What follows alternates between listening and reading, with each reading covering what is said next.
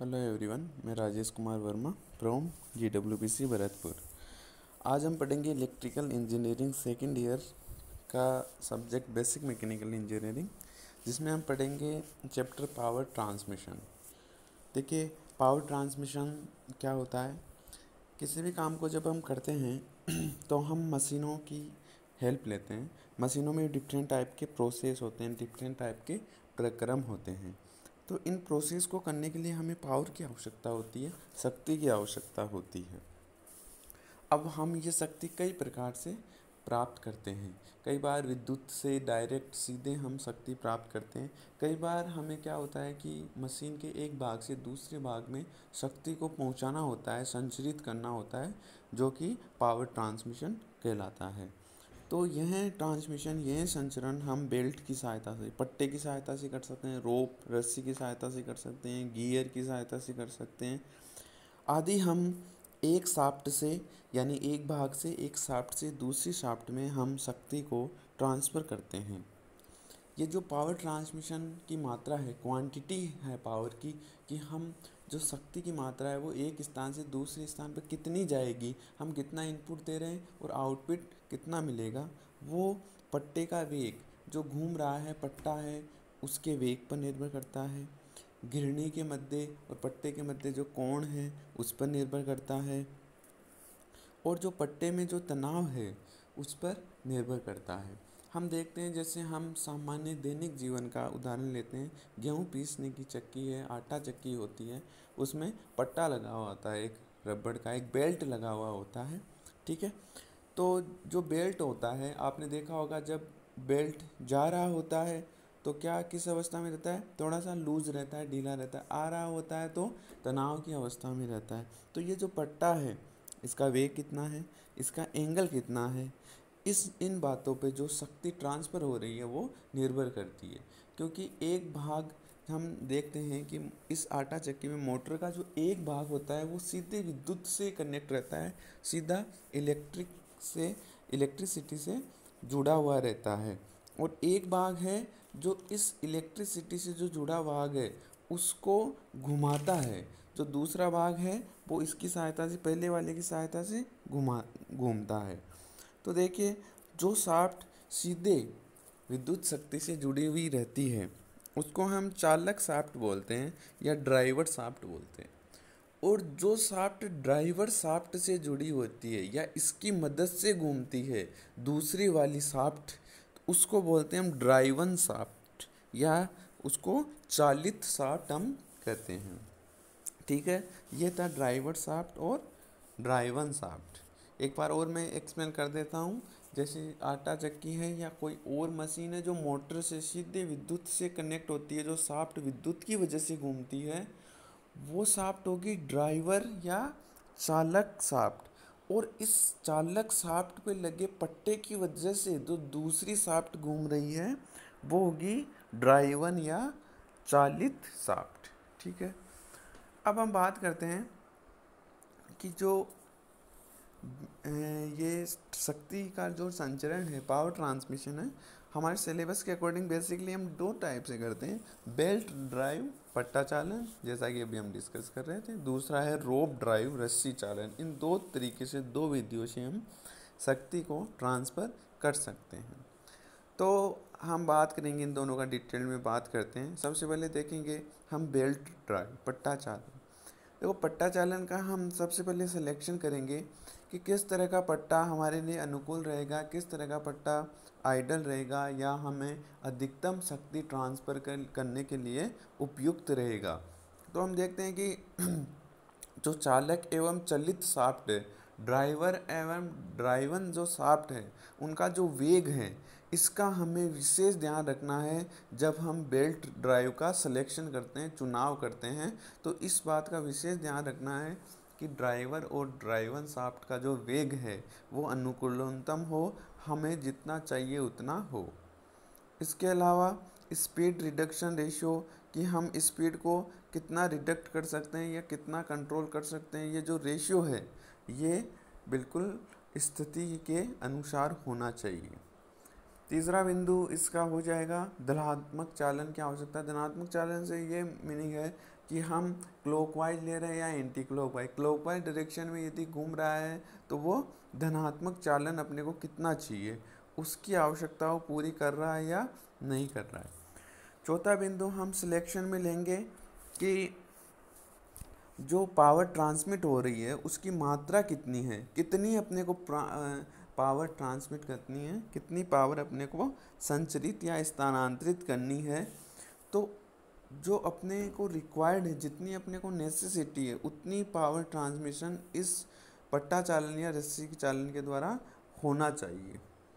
पांचवा बिंदु हमारा हो जाएगा कि जो दोनों शाफ्ट है, ड्राइवर और ड्राइवन शाफ्ट है, उनके बीच में डिस्टेंस अपने को बिल्कुल सही रखनी है, जिससे मशीन की एफिशिएंसी पर कोई भी विपरीत प्रभाव नहीं पड़े। छठा बिंदु हम देखते हैं जब सिलेक्शन करते हैं बेल्ट ड्राइव का, कि जो स्थान अपने को उपलब्ध है वो पर्याप्त है या नहीं। ठीक है, ये 6 बिंदु हम मुख्यतः जब बेल्ट ड्राइव का चुनाव करते हैं तब देखते हैं। अब हम देखते हैं कि ये बेल्ट ड्राइव कितने प्रकार के होते हैं। देखो बेसिकली जो बेल्ट ड्राइव है 3 प्रकार के होते हैं, types of belt drive. Light पहला, दूसरा मीडियम और तीसरा हेवी। तो जो लाइट बेल्ट ड्राइव है उसका वेग 10 मीटर पर सेकंड होता है, यानी इससे कम शक्ति संचरित होती है, कम शक्ति ट्रांसमिट होती है।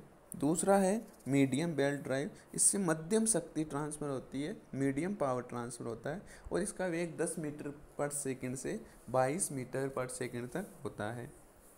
तीसरा बेल्ट ड्राइव का टाइप है heavy belt drive. Heavy belt drive भारी मशीनों में काम आता है और इसका जो शक्ति का संचरण है वो अधिक होता है और इसका जो वेग है वो 22 मीटर पर सेकंड से अधिक होता है। तो ये 3 प्रकार के बेल्ट ड्राइव होते हैं। अब टाइप ऑफ बेल्ट देख रहे हैं हम। पहले बेल्ट ड्राइव देखा था कि पूरा जो अरेंजमेंट है वो, अब केवल जो बेल्ट हम यूज़ कर रहे हैं, जो पट्टा यूज़ कर रहे हैं, केवल उसी को देख रहे हैं, उसका मटेरियल या फिर उसकी आकृति, साइज, उसके अकॉर्डिंग केवल उस पट्टे को देख रहे हैं। पहले पूरे अरेंजमेंट को देख रहे थे बेल्ट ड्राइव में। तो देखो बेल्ट ड्राइव पट्टे को किस प्रकार से हम उसके क्रॉस सेक्शन के आधार पर हमने उसको डिवाइड कर रखा है, उसको क्लासीफाई कर रखा है। पहला है चपटा पट्टा, फ्लैट पट्टा।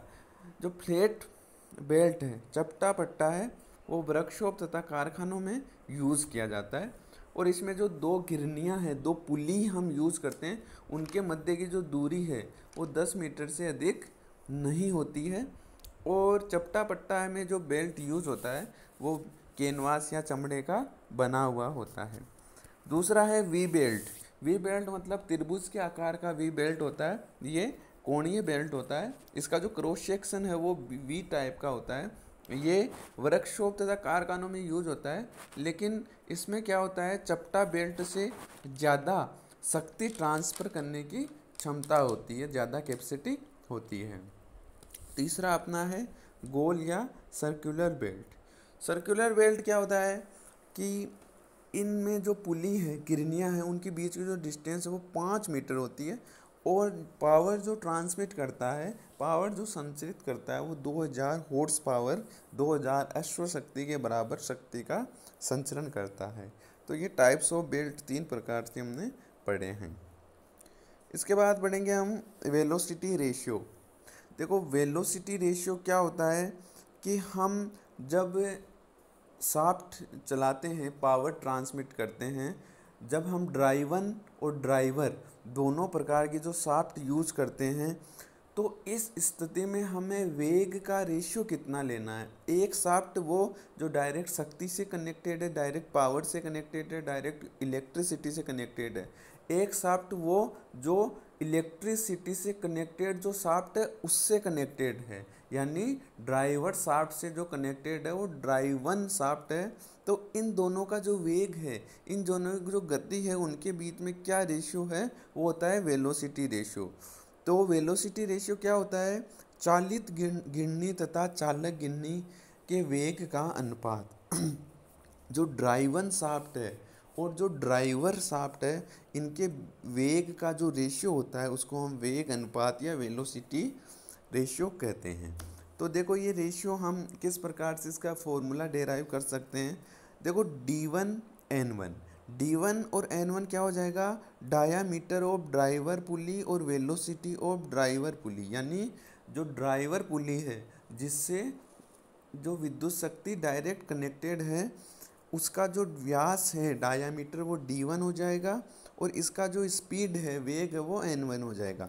इसी प्रकार जो ड्राइवन पुली है, जो चालित पुली है, चालित गिरनी है, उसका व्यास D2 है और उसका जो वेग है वो N2 है। अब देखो ये हम मान के चल रहे हैं कि सर्कुलर बिल्कुल गोल रूप से क्या कर रही है, घूम रही है। तो गोल यदि घूम रही है ये, तो इनकी जो परिधि होगी वो 2πr या πd के इक्वल होगी। तो हम इससे कह सकते हैं जो ड्राइवर पुली है उसमें देखिए ये जो ड्राइवर पुली है इसमें जो डिस्टेंस है वो πd1n1 हो जाएगा, क्योंकि πd1 हो गया इसकी परिधि यानी सरकमफेरेंस और n1 वेलोसिटी, तो इसकी जो डिस्टेंस है वो πd1n1 हो गई। इसी प्रकार से जो ड्राइवन पुली है इसमें जो डिस्टेंस हो जाएगी वो क्या हो जाएगी, परिधि πd2, क्योंकि πd2 इसका डायमीटर है, और n2 क्या हो जाएगा, इसका वेग हो जाएगा, वेलोसिटी हो जाएगी। तो जो हमने क्या देखा कि जो डिस्टेंस है वो हमने कैलकुलेट कर ली। देखो ड्राइवन और ड्राइवर पुली दोनों के लिए हमने कैलकुलेट कर ली। अब हम देख रहे हैं कि जो वेलोसिटी रेशियो की हमने डेफिनेशन पढ़ी थी कि जो ड्राइवन पुली और ड्राइवर जो पुली है उनके वेग का अनुपात क्या कहलाता है, वेलोसिटी रेशियो। तो सबसे पहले हम देखते हैं कि ये जो डिस्टेंस है दोनों में ये बराबर होगी। बराबर इसलिए मान रहे हैं कि हम इनको रिजिड मान के चल रहे। रिजिड मानने का मतलब इलास्टिक नहीं मान रहे, इनकी जो मूल आकृति है या मूल लंबाई है उनमें कोई परिवर्तन नहीं हो रहा, ये पूर्ण रूप से दृढ़ हैं। तो इनके द्वारा जो तय की गई दूरी है वो बराबर होगी। दोनों जो पुलीज है उनके द्वारा तय की गई दूरी को हम बराबर कर देंगे, तो πd1n1 πd2n2 इन दोनों को हमने बराबर कर दिया। तो अब देखो वेलोसिटी रेशियो क्या आया, देखो VR यहाँ पर VR इक्वल टू n2 बटा n1 बराबर d1 बटा d2। ये कैसे आया कि देखो n2 बटा n1 हमने क्यों किया, क्योंकि n2 है ड्राइवन पुली का वेग और n1 है ड्राइवर पुली का वेग, जो कि अपना वेलोसिटी रेशियो कहलाता है। हमें n2/n1 फाइंड करना था, इसलिए इस रेशियो का मान कितना आया, d1/d2, क्योंकि पाई से जो पाई था वो कैंसिल हो गया और n2/n1 हमने रेशियो ले लिया जो कि वेलोसिटी रेशियो कहलाता है, इज इक्वल टू d1/d2। ये अपने पास आ गया वेलोसिटी रेशियो। ये काफ़ी इंपॉर्टेंट है एग्ज़ाम के पॉइंट ऑफ व्यू से। तो ये हमने वेलोसिटी रेशियो फाइंड कर लिया। अब हम ब्रीफली बात करते हैं रोप ड्राइव की। जो रोप ड्राइव को हम कब यूज़ करते हैं, देखो मेनली हम ज़्यादातर बेल्ट ड्राइव, चपटा ड्राइव यूज़ करते हैं, लेकिन देखो रोप ड्राइव कब यूज़ करते हैं, जब हमें जो गिरनियाँ हैं इनके बीच की दूरी ज़्यादा हो, पुली की बीच की दूरी ज़्यादा हो, हमें ज़्यादा दूरी पर पावर ट्रांसमिट करना हो। जब दोनों पुली, दोनों गिरनियों के बीच की दूरी अगर ज़्यादा हो तब हम रोप ड्राइव यूज करते हैं। ये क्या होता है, ये दो प्रकार से यूज होती है। एक इसका ये भी है, रोप ड्राइव हम अधिक शक्ति और अधिक दूरी के लिए यूज़ करते हैं। ये दो प्रकार से होती है मेनली। एक होती है फाइबर रोप। देखो फाइबर रोप क्या होता है, इसका उपयोग 60 मीटर दूरी तक किया जाता है। ये फाइबर का बना होता है। इसकी यांत्रिक जो दक्षता है, मैकेनिकल जो एफिशिएंसी वो अधिक होती है। तो रोप ड्राइव का पहला भाग हो गया फाइबर रोप, और इसी का दूसरा जो पार्ट है, दूसरा क्लासिफिकेशन का भाग है वो है वायर रोप। तो वायर रोप का उपयोग किया जाता है 150 मीटर से अधिक दूरी के लिए। ये बहुत ज़्यादा मजबूत होती है और रिलायबल यानी विश्वसनीय होती है। इसका उपयोग हम क्रेन और एलिवेटर्स में करते हैं। तो रोप ड्राइव में हम ये कह सकते हैं कि अधिक शक्ति के लिए, अधिक दूरी के लिए यूज़ किया जाता है। ये दो प्रकार की होती है। फाइबर रोप 60 मीटर की दूरी के लिए किया जाता है, इसकी मैकेनिकल एफिशिएंसी अधिक होती है। और जो दूसरा है वायर रोप है वो 150 मीटर की दूरी के लिए किया जाता है। ये ज़्यादा एफिशिएंट है और ज़्यादा मजबूत है। इसका उपयोग क्रेन और एलिवेटर में करते हैं। इसके बाद हम नेक्स्ट वीडियो देखेंगे, इस चैप्टर के जो अगले पॉइंट्स है उनके बारे में हम डिस्कस करेंगे। टेंशन रेशियो और इफेक्ट ऑफ सेंट्रीफ्यूगल टेंशन, इनके बारे में इनका डेरिवेशन जो है वो नेक्स्ट वीडियो में हम पढ़ेंगे। Thank you.